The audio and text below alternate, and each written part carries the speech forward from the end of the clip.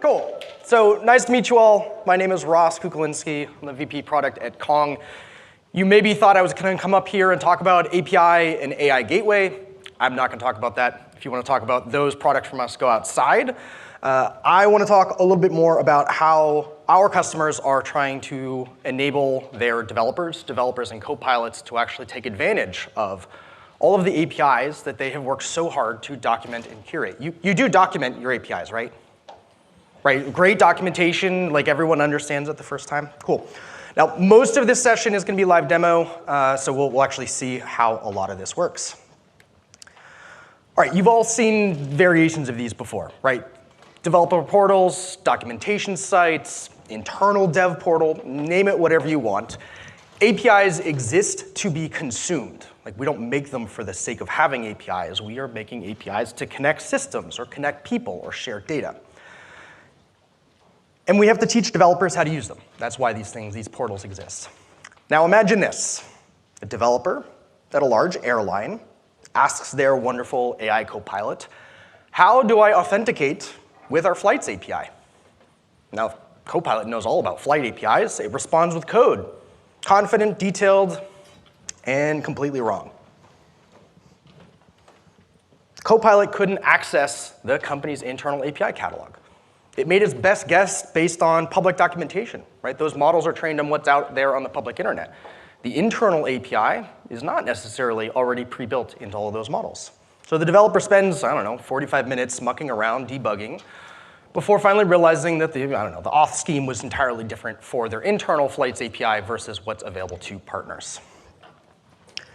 Their API catalog was beautiful. They worked so hard documenting and transforming the APIs. Their documentation is thorough, but it's locked away in web pages and PDF files that those AI copilots and their agents cannot reliably access.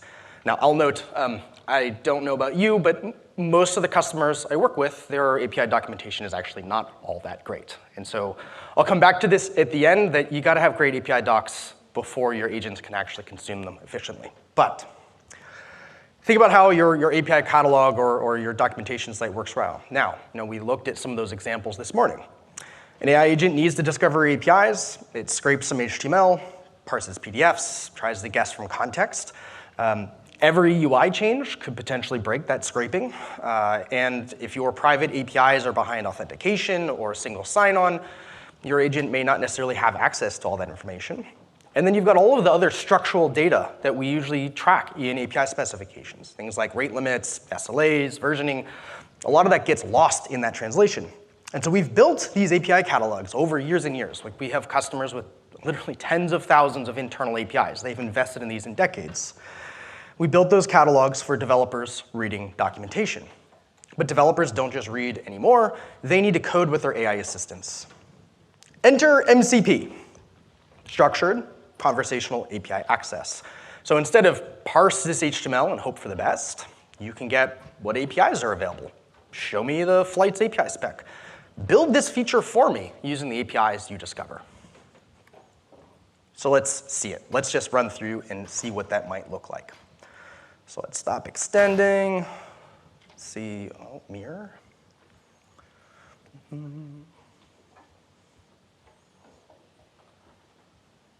Maybe. Oh, it lost me.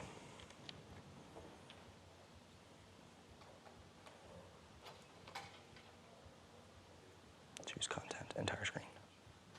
All right. All right. So let's take back to our airline. So I've got a fictional airline, Kong Airways. Kong's not just APIs anymore. We're an airline now. We use Kong Connect to manage and secure and govern all of our APIs and AIs.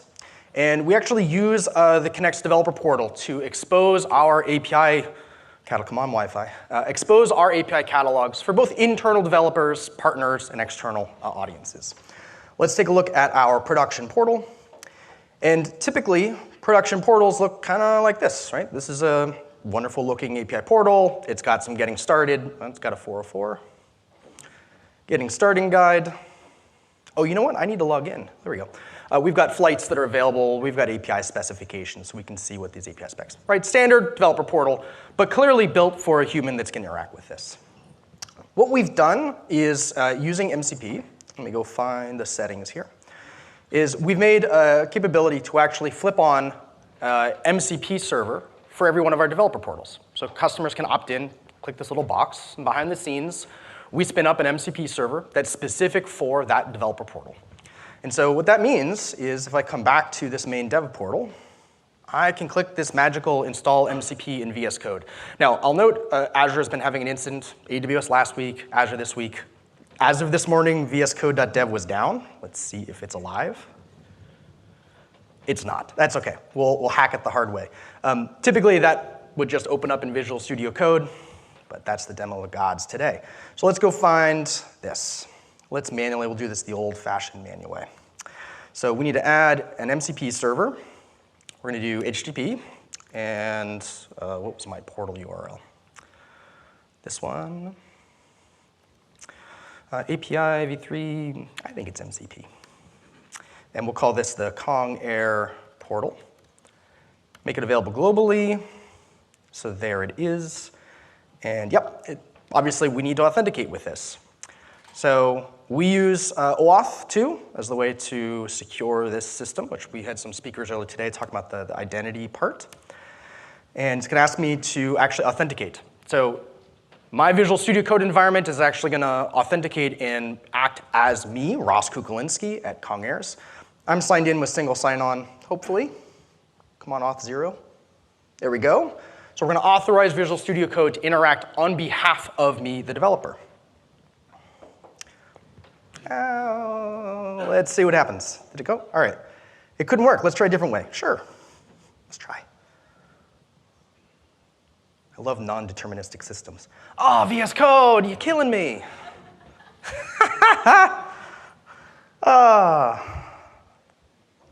OK, is there another workaround?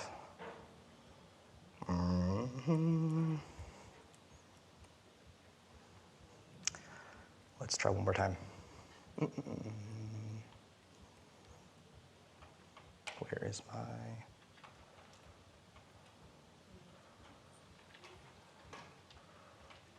Let's do it again. Nope, need that way.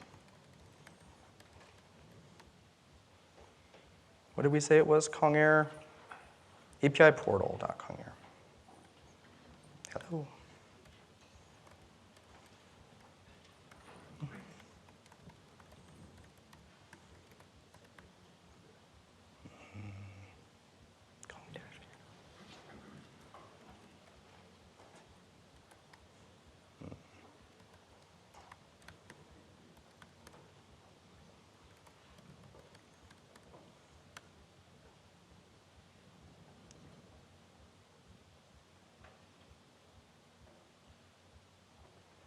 Restart.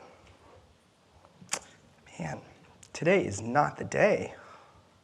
We'll try one more time, and then I will go a different pathway.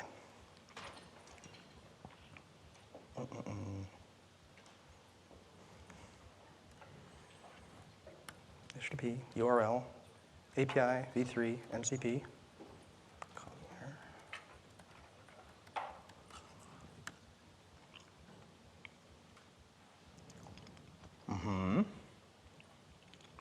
Yes, please. Hey! Woohoo! Yes! I swear, this is my day in the life as a product engineer. All right, so what happened? So in theory, if we come down here and look at our tools, we'll see I've got a new MCP server that's wired into Visual Studio Code. So this is my Kong Air portal. And we expose a number of tools that a developer who is clicking around in the page might typically do, but we actually are now making that available. Now, one of the things that's worth noting, everything in our developer portal, everything at Kong is API first. We do everything API first. So we have APIs that exist for all of this already. If you didn't have APIs for this in your documentation site, you're going to have work to do. So note that we're cheating by having built great APIs already. So let's see if we can do something with this. List the APIs in my Kong Air portal. So it's going to go look and see all the APIs. It's running the list portal APIs tool. I've already done as much as I can, like the auto approves, so that you're not going to wait for this all the time. But we see the list of APIs. And what's interesting is we see 3 APIs now. Remember when I first went to the API catalog? Maybe you missed it, but there was only 2 APIs. Once I logged in, there's a 3rd API that now shows up. So this loyalty MCP server, which is cataloged and published in our portal, is something that we only have internally for teams. So the identity and RBAC permissions I have as a developer is mirrored into my copilot. Now, one last thing is part of this sort of live demo. Let's actually do a little bit more than just like list the APIs. We could do things like get the API spec. We could, actually, let's just code something. Let's do it. I have, in this scenario, I am a developer working on the new Kong Air loyalty program. So brand new loyalty website. It's going to be fantastic. And one of the things, little features we've got is just kind of showing live stream of all of the departures that we've got coming through our airline. Of course, you'll notice I've got test 1 and test 2. This is clearly mocked data because I'm still building it. So let's take a look at that. Here is my index.js. Copilot, you're taking up too much space. Here is my departures, test 1 and test 2. Let's have Copilot actually use the APIs in our catalog and build this feature for me to actually go get flight information and build it directly into our code base so I don't have to do that. So let's do that. Update the static flights info in my backend with live data from the flights API in the portal. Now, there's going to be a couple of things that's going to have to happen here. Number one, we need to go get it needs to understand what my code is doing. So it's going to go look and see what code I have actively running in my environment, how have I structured code. It also needs to go look and find out more information about the API. But right now, it just knew that there was a flights API, but it needs to get the API specification itself. That will allow it to actually start building an SDK or start writing the code to interact with that. But also, we need access. We care about security in our airline. And so now this is a sandbox environment. And so developers have the ability to get self-serve access to API credentials to then be able to request and make API calls directly to that. And so behind the scenes, we're kind of flipping through this pretty quickly. It's actually created an application. It gets some credentials. It's registering that application for that flights API, all behind the scenes. And it should now, yep, there it's updating my backend application to actually make a call. It actually built a whole SDK, so a flights SDK based on the API specification. It's got the credentials, and it seems to be trying to install a .env, so it's going to store the API key I got back in my .env file. Maybe later I'll give you feedback, Copilot, thank you. And it's adding some endpoints, doing some final testing, and it says it's done. So it created the flights.js. Let's go see if that actually updated. Let's refresh this. There is live flight data pulled directly from my API catalog. Woo! The power of AI compels you. OK, sweet. So I think that's the main thing I wanted to showcase today. I want to slip back to slides. So that's my speaker notes. Where'd the speaker go? Every time I see it, it happens, I'm so excited. Where did my deck go? Does anybody know? Could be. Thank you. Woo! OK, so the takeaway here is, as a developer, I'm a PM, so I get to vibe code things, and my engineers hate me for it. But the reality is, you have lots and lots of APIs in your organization already, and we need to make them available for developers with copilots, and eventually, should you get there, agents doing all this coding themselves. And so enabling that self-serve experience is really, really important. But we also need to think about what does it take for your API to be ready for agents or ready for developers with copilots. Because you can't just reach over your cubicle and say hey Frank, what the heck, how come this API endpoint isn't working? Your agent is not going to be able to do that. We need to make sure that we have great documentation, great context that's going to be available for those.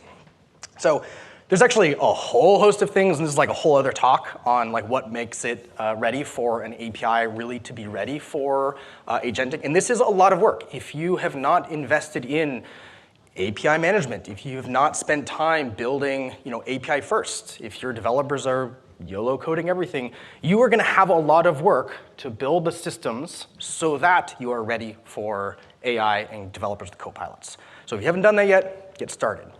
One of the things I do want to highlight is some of the specific contracts. So some of the things that made that demo like crazy cool and awesome. Number one, I cheated. I have an agents.md that like has a lot of information about what I'm trying to accomplish in my flights, my loyalty rewards program and how I want it to work. So I'm cheating with kind of teaching the LLM what I want it to do.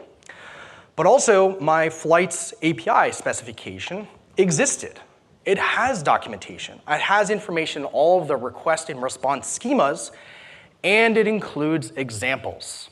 And actually, one of the things that if you ever struggle with like, hey, I have a spec, but it's not very good, there is another tool called api.dev that we built. Again, we built this with agents and whatnot. But you can either start with an existing API spec or try a sample API. So create a REST API for weather, click go, and it will then start compiling an API specification for that for you, and then actually render it and show it for you. So you actually can use this with your existing specs, and then say, hey, I need some more, I don't have any error code statuses. Can you please update my spec with some error codes that might make sense? So there's ways for you to use LLMs and agents to help make your own documentation better. Number two, definitely make sure you're doing the correct use of like methods and status codes. So like LLMs are trained on like REST-based best practices. If you are building APIs not following REST or following Ross's world of REST, it's going to take more work to teach those agents how to actually interact with your software. So make sure you're using status codes and media types correctly throughout your specifications. And then also definitely make sure that all of your inputs and outputs are well defined. And in particular, if you have required fields or optional fields, like skip, make sure you have those documented. The agent doesn't need to know every single field. By making sure it only knows which ones are required, will help make a lot of that go a lot faster and easier. With that, I am out. Thank you.